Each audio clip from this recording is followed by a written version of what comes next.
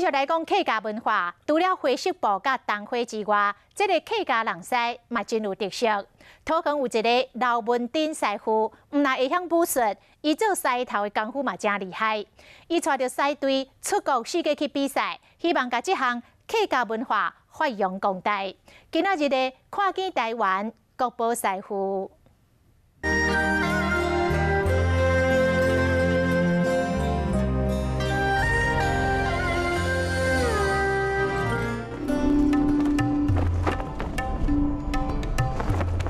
其实唔使有人找我讲，你有一行嘛，要好好教师嘛。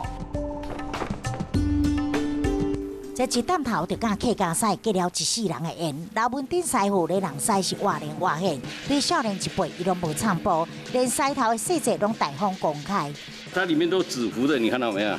你看以前都牛皮纸啊，呀，你看都纸糊的。比较重的就这个就对。对啊。 将近30公斤重的狮头，伊拢无感觉重。这人狮人必须要一手控制狮喙开合，一手是摕伫狮头，相当考验表演者的武术基础。以前好瘦啊！以前我31、2岁就是这样的身材。 拍到旧相片，精神十足的表情，加上一身的好武功，对少年时阵就带狮团到各地征战，一面练兵，一面嘛发扬客家文化。毋但是国内俄罗斯、泰国、新加坡嘛，拢有摕到优秀的成绩，厝内奖杯拢夹要摆袂完。对，好跳高点，对，好跳，对，不要跳太远啊。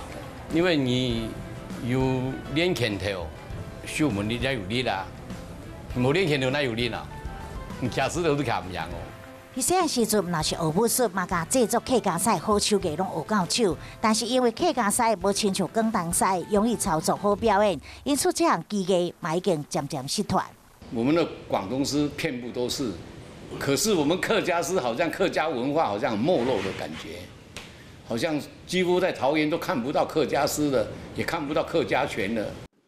客家狮外观甲一般看到广东狮真无共，做起来嘛真够工。首先爱用布纸甲纱布连这个白架一层一层踏起来，真扎实。因为这纱布哈，你才不会破啊，报纸是会破，对不对？嗯。这个模子退出来的，你看里面层是不是报纸？这个退出来之后啊，还要登这木板。 这狮头都要用上少1个月时间去制作，但是老文鼎师傅也是做啊真欢喜，70多岁伊已经做50档啊。不会含恨而归啊，好像东西没有传承下去，有没有？很可惜啊。尽心尽力全力去做，就是无想要留下遗憾。